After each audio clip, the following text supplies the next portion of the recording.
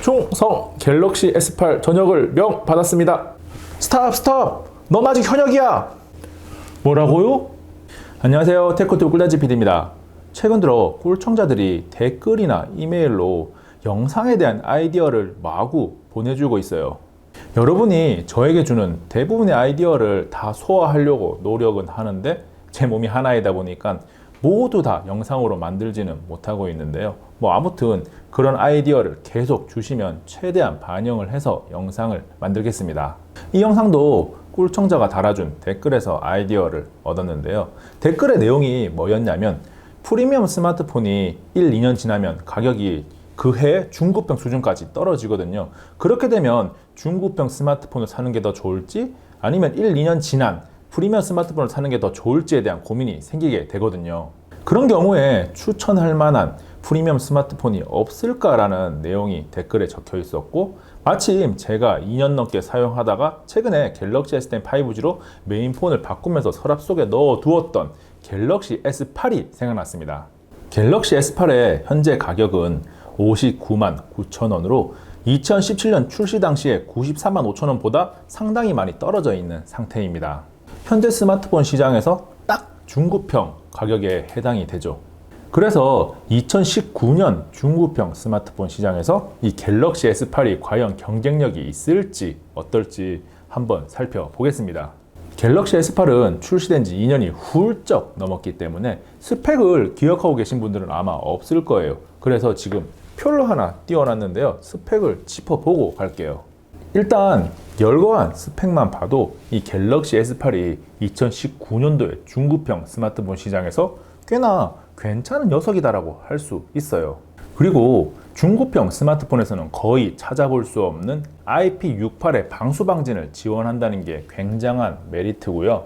프리미엄 스마트폰으로 나왔던 녀석이기 때문에 삼성페이도 당연히 사용할 수 있습니다. 2019년도에 삼성이 내는 스마트폰을 보면 대부분 삼성페이를 지원하고 있는데 그런 흐름과도 맞물려 가요. 갤럭시 S8이 나온 2017년이 인피니티 디스플레이의 시작점이라고 할 수 있는데요. 이 당시에 나온 디스플레이를 보면 좌우측 베젤이 거의 없고 상하단 베젤이 다소 있기는 하지만 전체적으로 요즘 나오는 스마트폰들과 견주어도 디자인적으로 뒤처지지가 않아요. 갤럭시 S8을 뒤집어 보거나 앞으로 보거나 전체적인 모양을 봤을 때 뭐라 그래야 될까요? 굉장히 디자인이 깔끔하고 이쁘다 그래야 되나? 처음 이 녀석이 나왔을 때도 디자인적으로 굉장한 호평을 받았었거든요. 단지 측면에 적용된 엣지 스크린이 호불호가 갈려요. 플랫을 원하는 분들은 이런 엣지 스타일을 굉장히 안 좋아하는데 삼성이 계속해서 엣지 스타일만 넣고 있거든요. 그래서 플랫을 좋아하는 분들은 이 녀석이 싫으실 거예요. 갤럭시 S8은 5.8인치 디스플레이를 탑재하고 있어서 굉장히 작은 크기예요. 당시에는 제법 크다고 했는데 요즘은 워낙 6인치대 이상이 많이 나와서 굉장히 작다고 느낄 수가 있는데 한 손에 쏙 들어오는 크기라서 아담한 사이즈를 원하는 분들에게 제격이죠. 앞에서 디스플레이 스펙은 말씀을 드렸는데요. 이 녀석은 해상도를 FHD가 아닌 QHD까지 지원을 해요. 요즘 나오는 중고평이나 보급평이 보통 FHD를 지원하는 것을 생각해보면 상당히 장점으로 작용할 수 있는 부분인데요. 한 가지 문제는 OLED 디스플레이를 사용하다 보니까 번인에서 자율할 수 없다는 거예요. 실제로 지금 화면을 자세히 보시면 뭔가 아이콘 모양이라 그래야 되나 그런 게 여기저기 남아있는 게 보이거든요. 제가 2년 넘게 사용한 폰이다 보니까 뭔가 번인이 조금씩 남아있는데 그 모습을 지금 보고 계신 거예요. 다른 걸 다 떠나서 기본적인 퍼포먼스가 좋아야 사용을 할 수가 있잖아요. 벤치마크 3종을 돌려보겠습니다. 첫 번째로 안투투를 돌려볼게요. 안투투 점수가 18만 점대가 나왔는데요. 이 녀석이 제가 2년 넘게 엄청나게 사용했다는 것을 감안하면 아무리 포맷을 하고 테스트를 하고 있지만 점수가 굉장히 잘 나왔습니다. 이 정도 수준이면 요즘 나오는 AP로 치면 스냅드래곤 660이나 675 그 이상의 성능이라고 할 수 있습니다. 두 번째는 긱벤치 4인데요. 싱글코어가 멀티코어에서 어떤 점수가 나오는지 한번 테스트합니다. 긱벤치 4 결과가 나왔습니다. 싱글코어가 2000점 정도, 멀티코어가 6000점대가 나왔는데 2019년에 나온 중고평들과 비교해서 충분히 경쟁력이 있는 점수를 보여주고 있어요. 세 번째는 3D마크입니다. GPU 점수를 확인할 수 있는 좋은 벤치인데요. 3D마크 점수는 오픈GL이 2269점, 볼칸이 2651점을 나왔는데 이 정도면 요즘 나오는 중급형들과 비교해도 상당히 높게 잘 나왔다고 할 수가 있어요. 분포도를 보면 하위 한 58% 정도 되는데 이 기기가 2년 넘게 사용한 것을 감안해 보면 만약에 갤럭시 S8을 처음 새 걸로 구매하는 분들은 이보다 조금 더 좋은 성능을 누릴 수가 있을 거예요. 다음은 게임 테스트인데요. 배틀그라운드 모바일을 한번 돌려보겠습니다. 로딩 속도를 언제나 그렇듯이 그대로 보여드립니다.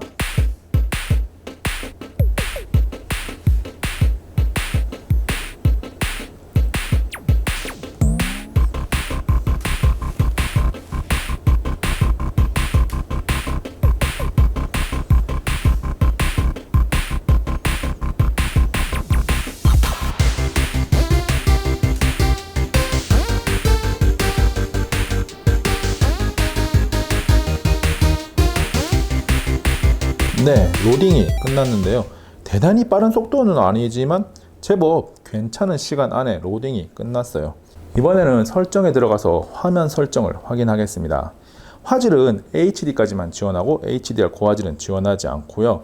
FPS는 높음까지만 지원합니다. 화질을 바꿔봐도 높음이 최고예요. 실제로 배틀그라운드를 해보면 반응 속도라든지 버퍼링 그런 문제는 전혀 없어요. 게임을 하는데 쾌적하게 할 수 있는 수준이고요. 단지 게임을 조금 오래 해보면 뒤에 발열은 다소 느껴집니다.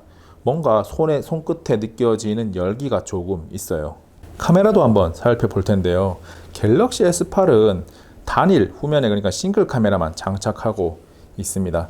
요즘 나오는 보급형이나 중급형 스마트폰을 봐도 한 두 가지 화각은 제공하거든요. 보통 광각을 더해서 제공하긴 하는데 이 녀석은 2년 전에 나온 녀석이다 보니까 단일 싱글 카메라만 적용되어 있다는 점이 조금 아쉬운 부분이에요. 대신 기능상에 보면 보급형이나 중급형에서는 잘 찾아볼 수 없는 슈퍼 슬로우 모션 960프레임 촬영이 가능합니다. 그리고 기본적인 촬영 속도는 충분히 괜찮고 화질도 나쁘지 않아요. 일반적으로 사용하는 데는 문제가 없는 수준이에요. 갤럭시 S8이 가지는 또 하나의 강점은 삼성에서 얼마 전에 업데이트를 단행을 했습니다. 갤럭시 S8에서도 안드로이드 파이와 원 UI를 만날 수가 있습니다. 갤럭시 S10에 적용된 UI인데요. 그래서 뭔가 굉장히 최신 폰을 쓰는 듯한 느낌을 가질 수가 있고요. 조금 더 쾌적해진 것도 맞아요. 갤럭시 S8을 중급형 기준으로 바라보고 있는데요. 내용을 다시 한번 정리해보면 강점으로는 괜찮은 퍼포먼스, 디스플레이 해상도, IP68의 방수 방진이 가능하고 삼성페이를 사용할 수 있는 정도가 될 것 같고 아쉬운 점? 단점이라면 한 가지 정도 꼽을 수가 있는데 후면 싱글 카메라이기 때문에 촬영할 수 있는 화각이 한 가지밖에 안 된다는 거예요.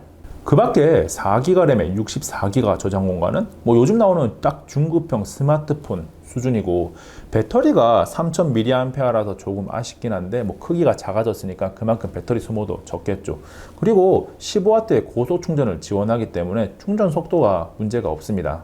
갤럭시 S8을 종합적으로 보면 카메라를 상대적으로 중요시하게 생각하지 않고 엣지에 대한 거부감이 없다면 최신 나온 중급형 스마트폰보다 이 녀석을 선택하는 게 충분히 괜찮은 선택이 될 수 있습니다. 2019년 중급형 스마트폰의 기준으로 살펴본 갤럭시 S8 리뷰는 여기까지입니다. 안녕. 잠깐 구독과 좋아요, 알림 설정 하셨나요? 빠른 테크 정보와 특이한 실험이 있는 꿀단지 TV를 계속 만나보세요. 이미 눌렀다고요? 감사합니다.